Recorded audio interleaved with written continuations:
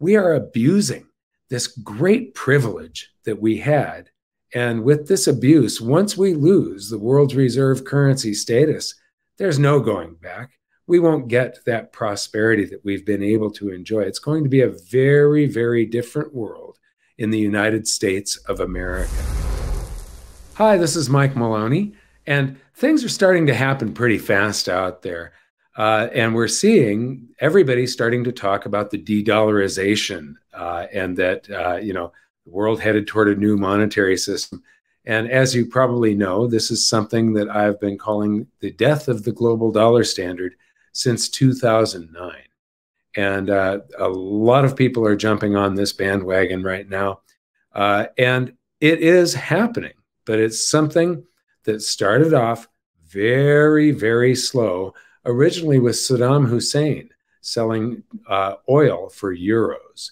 And then, we invaded their country and killed him. And then Muammar Gaddafi started to try and sell oil for gold. And we invaded Libya and we killed him. So I'm not saying that those two things are related, but it is rather interesting that when two different leaders threatened the petrodollar, that they ended up dead within just a few weeks. The petrodollar, just a couple of days ago, Saudi Arabia has agreed to sell oil in exchange for Chinese yuan. Now, what we're seeing is here's an article. China and Brazil strike a deal to ditch the US dollar. And then Elon Musk is chiming in on it, that it's a serious issue. US policy has been too heavy-handed, making countries want to ditch the dollar. And this isn't just a recent phenomenon, though. Combined with the excess government spending, which forces other countries to absorb a significant part of our inflation. Now, back in 2009, I was on a tour with Robert Kiyosaki of Malaysia, Singapore, Australia, New Zealand. And in my presentation, I showed how since most of the dollars reside outside of the United States, that when we create new dollars, it transfers wealth to the United States. And this has been part of what is responsible for our very high standard of living compared to the rest of the world since World War II, since the Bretton Woods system was enacted. We have basically been able to tax other countries without them knowing it. We really do tax the rest of the world and transfer some of their wealth to us. Someday in the future, I'll break out that old PowerPoint presentation from 2009 and show you exactly what I'm talking about here. In this article, however, they talk about that the US dollar was fully weaponized after February 2022. No, George Bush Jr. was the first one to weaponize the US dollar, and it was shortly after the 9/11 attacks. So this has been going on for a long time, and it's been every president that has used the dollar. So, it was George Bush Jr., it was Obama, it was Trump, and Biden. But we progressively use it more and more heavy-handedly. And it is causing all of these countries to try to find an alternative because, even if they're not the ones being hit over the head by the United States. And the problem is we are abusing this great privilege that we had. And with this abuse, once we lose the world's reserve currency status, there's no going back. We won't get that prosperity that we've been able to enjoy. It's going to be a very, very different world in the United States of America. So this is something that we have to continue watching. I urge you, if you haven't already seen my last video that went out, it's a presentation about the death of the global dollar standard that's been updated a little bit, but that was shot, I believe, back in 2011 or 2012 when I was in Singapore. You'll see I've got red hair there, but it's something that we need to be prepared for. And now we truly are running out of time. The world is fracturing into two separate trade blocks, and the outcomes of this are not going to be good. Simultaneously, we've got all of these world leaders. Why we keep on hiring these guys to tell us how to live, what to do, and then to try to get us to back our guy against the other guy, and their posturing and stuff. And it is leading us down a road to potentially World War III. Nuclear war could be a result of all of the stuff that is going on right now. And it's very, very dangerous. Now we've got the White House warning us about, Russia getting ready to do a cyber attack on the United States. Well, why is the White House warning us of that right now? Is this a potential false flag event?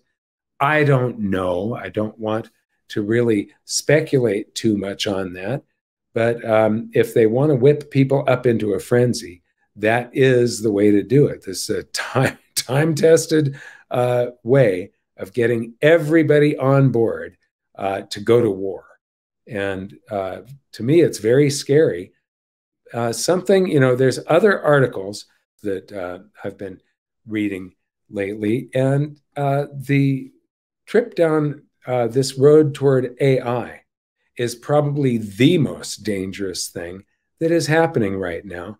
And the world leaders that are trying to whip up our emotional frenzy to back them, Biden wants us to support his accusations against Russia and his stance on the Ukraine. When it comes to the Ukraine, I made a video a long time ago. I think that was 2015 when I did Why Russia Feels Surrounded. And it's everything that's happening in the Ukraine right now is to try and prevent the Ukraine from becoming yet another NATO member, because we've been sort of surrounding Moscow, and it gets closer. It's just this constant march since 1946 or 48, when we established NATO, this constant march toward Moscow.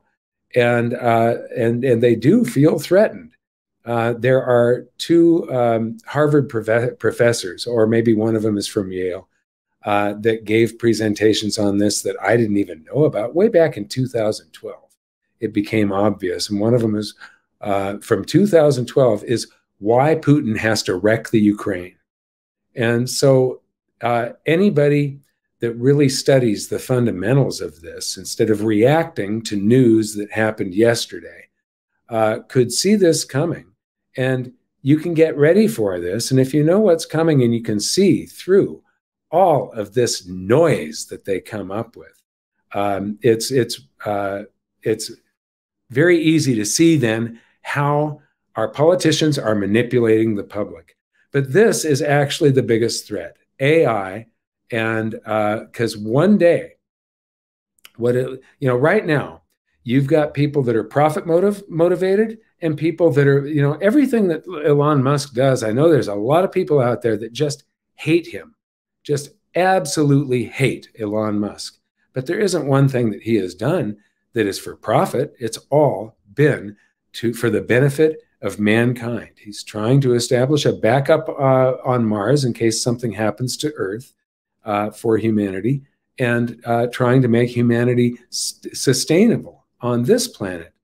And he sees AI as an extreme threat, and so do I.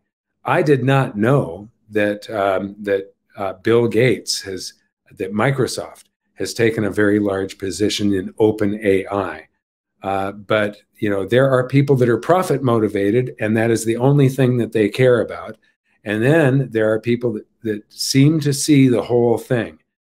Even the profit motivated people won't end up ruling the world once AI gets away from them.